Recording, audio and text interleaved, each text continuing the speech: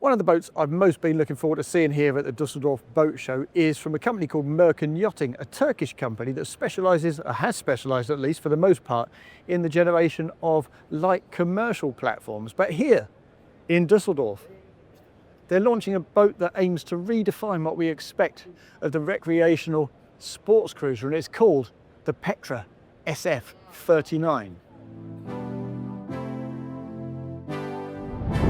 Those sports fisher underpinnings are certainly present and correct. We've got a very fine entry indeed. Significant bow flare as well, for dryness as well as softness underway in lumpy conditions. And they tell me that this boat is very capable of taking you offshore in significant comfort, very well built too. What's particularly interesting to me though is the superstructure. You see it's shunted a good way forward. The vast bulk of the length is dedicated to the open cockpit at the aft end. We also have a significant raise to those mouldings towards the bow just to generate an extra bit of volume in the forward space for the accommodation. But as I say, the cockpit itself really dominates the story here. And that's as we would expect it, because as a Turkish brand, they're looking towards the Mediterranean for the chief customer here. And as we move around to the back end, well, it's clear that performance matters too, as it tends to on any sports fisher. What we have here is a pair of 425s, which should deliver in the region of 44 knots, but you can drop that to 350 or up it to 450. That's entirely your choice. But already, even here at the back end, looking at these swim platforms, it's clear what a hard-working boat this is. Maybe stealing a little bit of wisdom and experience from their commercial line of boats. We've got big, fat rubbing strakes. We've got quality steelwork. That's all done in-house at the factory in Turkey. A fixed ladder there. We've got dedicated brackets for the fenders as well. An extra little bracket there as well, because we've got the shore power here, so if you've got excess cable you can wrap that up and avoid creating trip hazards. But let's come around to the starboard side and step on board. As I say, really huge swim platforms, plenty of space to get across unencumbered. We've got a 70-litre bait well here, and over on the port side we've got a 180-litre unit over there as well, because fishermen take their fishing very seriously. You can of course have rod holders built into the back end of that structure. And if I just look over here at the gunnels, well, look at this. I've never caught a fish anything like 1.4 meters in length, but apparently in their neck of the woods that's a possibility. So we have one here, another on the port side. And if we step into the cockpit, down a little step there, well, the fishing stuff, albeit relatively modest and pared back for this recreational boat, is here. We just pull this. Also, you've got a bench seat emerges out of those starboard bulwarks.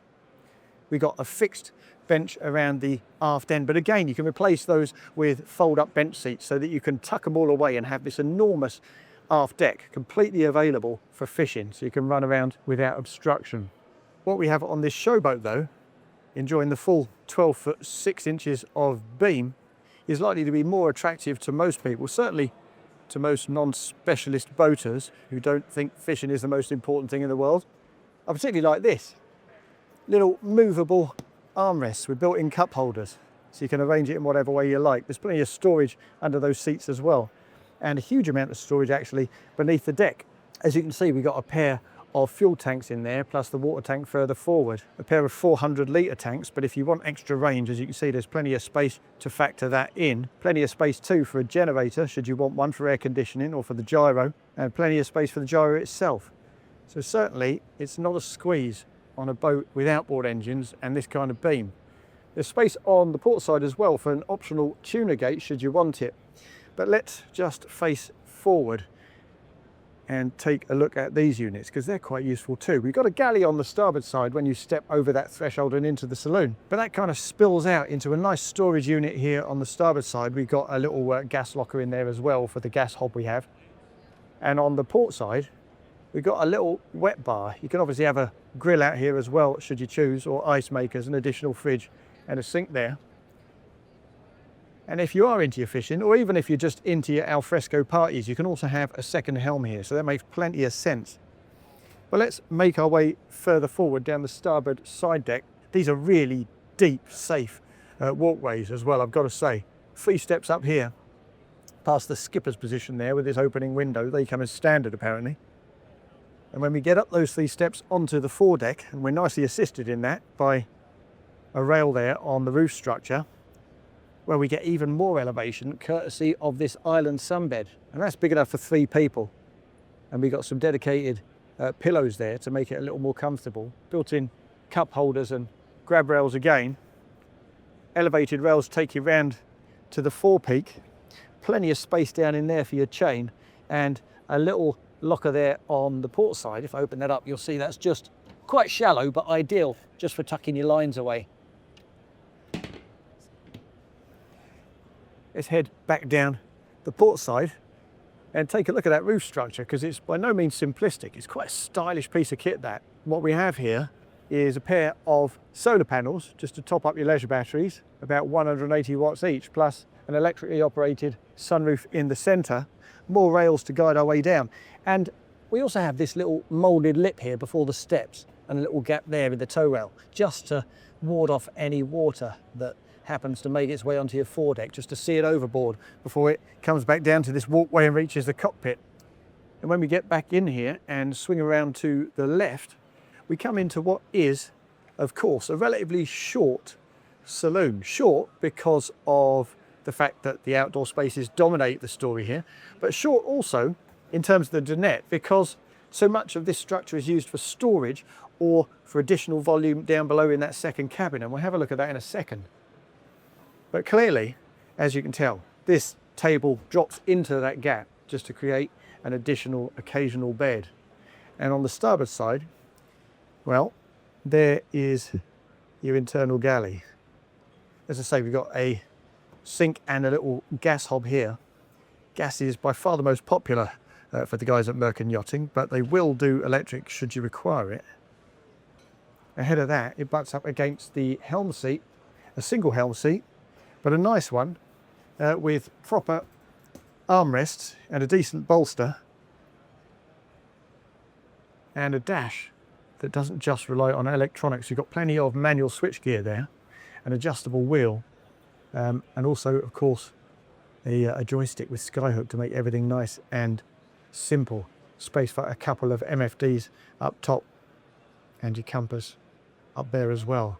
I have to say, visibility is excellent. Not least, of course, because they've used a reverse screen. It looks the part for any kind of company, any kind of builder with a commercial heritage. It just looks tougher, more action-man-y, looks superb. But also, its distance from the helm, improving visibility. And the fact that it's not right towards us means that in the summer, in the Mediterranean sun, it keeps things much cooler too. And now we'll pop down to see the accommodation. As I say, it's relatively tight because the designers of this boat have concentrated on other things. But when we go into the bow cabin, you'll see that headroom is excellent. Really, really very good indeed for the reasons we discussed on that foredeck. Very good at the access point. But you'll see that the deck head does not dip at all, even at the head end of the bed, and that's very rare indeed. Lots and lots of volume up there for sitting up in bed. Nice long hull windows, albeit slightly shallow and tapered. A little bit of storage inside these bins on either side. And because the bed is significantly raised, we've also got a bit of storage underneath there. The option of a TV on this bulkhead on the starboard side, and some high-level storage as well. And it's nice to see that they've upholstered the deck head as well. There's not too much naked fiberglass in here, so it feels quite homely, quite cosy. And you also have a bit of that hanging storage in there, which is always handy if you're planning to spend a few nights on board. So the bow cabin is pretty good, and it's joined beneath that starboard dinette. That's not starboard at all, is it? Beneath that port dinette by a guest cabin. And if we just come down in here, you'll see at the access point we've got a decent bit of height, not standing headroom, but enough to get yourself changed, and a decent bit of natural light as well from the whole window and the little port light up top. And there is our double bed. The deck head does dip, but there's plenty of room there for 2 adults. And if you don't want to sleep with your heads at the aft end, then pop your pillows here for a bit of extra light and a bit of extra air and better views, and it's a perfectly civilized place to stop. Now if we take a look to the starboard side now, the heads compartment takes the form, as you would expect, of a wet room. Here's our shower attachment just here, and of course the deck drain to the side of the loo there. And if we step in, well, you'll see you don't quite have standing headroom in here. I reckon about 5'8" 8 perhaps. But given how compact the footprint is, it's pretty well managed. We get the sink, we get a bit of storage, we get a whole window down there, a bit of high level storage as well, an opening port light, a mirror, and space for a loo, which is not in the slightest bit pinched.